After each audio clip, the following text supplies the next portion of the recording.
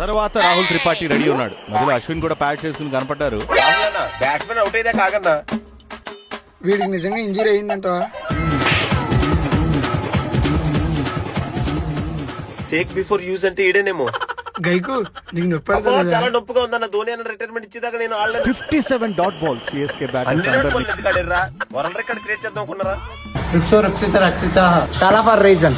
Background sound పెరిగిపోయింది. ఎందుకో మీ అందరికి తెలుసు. MS Dhoni coming in. మీకు తెలుసా 683 రోజుల తర్వాత బరిలో కెప్టెన్ గా మహేంద్ర సింగ్ ధోని. ఎప్పుడో గౌతమ్ గంభీర్ కెప్టెన్ అప్పుడు చూసాం ఇలాగా ధోనికి షార్ట్ లెగ్ ఫీల్డ్ అని పెట్టారు. గౌతమ్ గంభీర్ పోయినా మీరు మారరా ఫీల్డింగ్ లోని? గౌతమ్ గంభీర్ అని చెప్పాడు. టీమ్ లో ఉన్నా లేకపోయినా. ఓహో, గౌతమ్ చెప్పాడు అయితే ఓకేలే.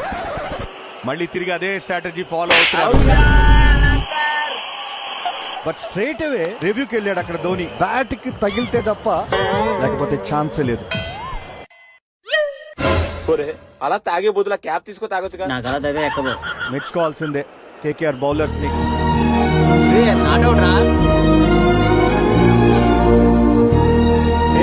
నువ్వెప్పుడు వచ్చావు?